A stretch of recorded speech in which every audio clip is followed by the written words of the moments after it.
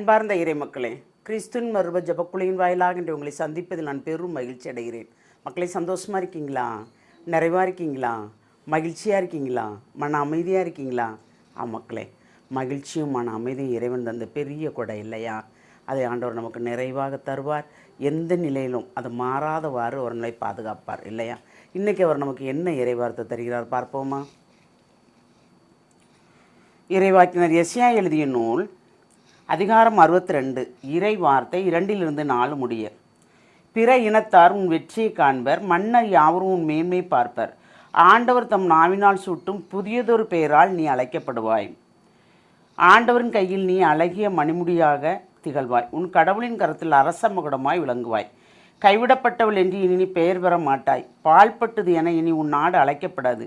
நீ எப்சிப்பா என்று அழைக்கப்படுவாய். உன் நாடு பெய்லா என்று பெயர் வரும். ஏனெனில் ஆண்டவர் உன்னை விரும்புகிறார். உன் நாடு மனவாழ்வு பெறும். Praise the Lord.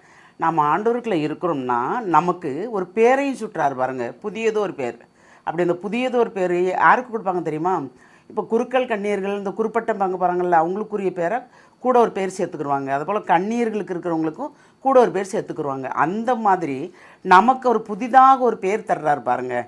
நம்ம இறைவனோடு இணைந்து நடக்கும்போது, அவர் சொல் கேட்டு நடக்கும்போது, தூய் ஆவிக்கு செவிசாய்த்து அதன்படி நான் நடக்கும்போது நமக்கு நிறைவான ஆசீர்வாதத்தை தருகிறார். அது எப்படி தருகிறார்? பிற இனத்தார் உன் வெற்றியை காணும்படியும் மன்னர் யாவரும் உன் மேன்மையை பார்ப்பார். அப்போது நாம் எப்படி இருக்கோங்கிறத வேற்றினம் நம்மளை பார்க்கும்படி ஆண்டவர் ஆசீர்வதிக்கன்னு சொல்கிறார். அப்போ நம்மளோட அவங்க பக்கத்தில் இருக்கும்போது, இல்லை அருகிலேயோ தூரத்திலேயோ இருக்கும்போது, நம்மளை பற்றி அவங்க கேள்விப்படும் போது அப்போ என்ன சொல்லுவாங்க? எங்களையும் உங்களோட சேர்த்துக்கொள்ளுங்களேன் அப்படின்னு சொல்கிற மாதிரி ஆண்டவர் நம்மளே ஆசீர்வதிக்கிறார். நமக்கு நாமே ஆசீர்வாதம் பெறுறது நல்லதல்ல. இறைவன் பிறர் மூலமாக, இவர்கள் ஆசீர்வதிக்கப்பட்டவர்கள் என்று பிறர் மூலமாக சொல்லணும். அப்படி சொல்லும்போது தான் அதில் ஒரு நிறைவே நமக்கு இருக்குது. ஏன்னா அந்தளவுக்கு நாம் இறைவனோடு ஒன்றித்து இருந்தால்தான், இறைவனோடு ஒன்றித்து இருக்கும்போது துன்பங்களும் துயரங்களும் வேதனைகளும் பாடுகளும் நோவுகளும் நொடிகளும் எல்லாமே உண்டு. ஆனால் அந்த துன்பத்தை கடந்து அவரோடு இணைந்து நடக்கமே, அப்பொழுதுதான் ஒரு நிறைவானது இருக்கும். அப்படி இருக்கும்போது தான் ஆண்டவர் கையில் நாம் எப்படி அழகிய மணிமகுடம் அணிந்தவர்களாக இருக்கிறோமா? அவர் நமக்கு எப்படி சொல்கிறார்? உன் கடவுளின் கரத்தில் அரச மகுடமாய் விளங்கிய, அவருடைய கரத்தில் நம்மளை அரச மகுடமாய் வைத்திருப்பேன்னு சொல்லுது இறைவார்த்தை சொல்லுது. மக்களே, நான் சொல்ல நீங்கள் இதை திருப்பி வாசித்தீங்கன்னா தெரியும் உங்களுக்கு. ஏனென்றால் அவரோடு இணைந்து நடக்கும்போது நமக்கு ஒரு புதிய பெயரை கொடுக்கிறார். அவர் நமக்கு மணிமகுடம் அணிவதற்குண்டான ஆற்றலையும் வல்லமையும் கொடுக்கிறார். அப்போ அந்த மணிமகுடம் எப்படி மலர்கிரீடங்களால் ஆன மணிமகுடம் மாதிரி நமக்கு தருகிறார். ஏன்னா நாம் பட்ட துன்பங்களும் துயரங்களுக்கும் நமக்கு பூர்ணமான விடுதலை தருகிறார் இல்லையா? அந்த விடுதலை தான் நம்ம எப்பொழுதும் கேட்க வேண்டும். அப்படி கேட்கும்போது இதுவரைக்கும் அவர் நம்மளை கைவிடப்பட்டிருந்தால், துன்ப துயரத்தில் நம்மளை விட்டிருந்தாலும், இனி நீ கைவிடப்பட்டவள் என்று அழைக்கப்பட மாட்டா என்று சொல்லி தான் அவர் உனக்கு நான் ஒரு புதிய பெயரை கொடுக்குறேன்.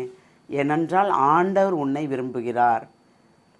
இப்போ பாருங்கள், நம்ம அவரோடு இணைந்து நடக்கும்போது அவர் நம்மளை எந்த அளவுக்கு நேசிக்கிறார் இல்லையா?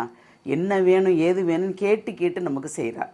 அப்படி செய்கிற தேவனுக்கு நாம் இணைந்து நடந்தால் எவ்வளவு நன்மையாக இருக்கும் இல்லையா? அவருக்கும் ஒரு ஆறுதலாக இருக்கும். என்னுடைய ஆன்மா இது எனக்குரிய ஆன்மா என்று நம்மளை சொல்வார். அப்படி சொல்லும்படி நாம் நடக்கிறோமா? இல்லை கடந்த காலத்தில் போலவே இப்பொழுது நாம் இருக்கிறோமா?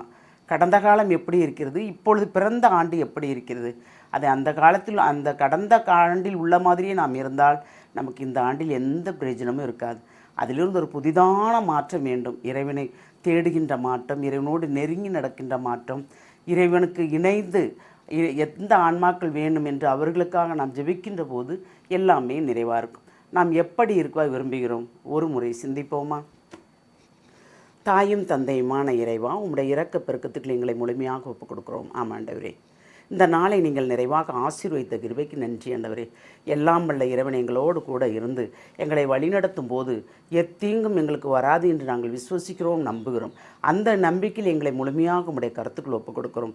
நீதாமே எங்களுக்கு பாதுகாப்பும் மரணமாக இருந்து எங்களை வழிநடத்துகிற கிருபைக்கு நன்றி கூறி உம்முடைய வல்லமையுள்ள கருத்துக்கள் எங்களை சிறந்தாழ்த்துகிறோம்.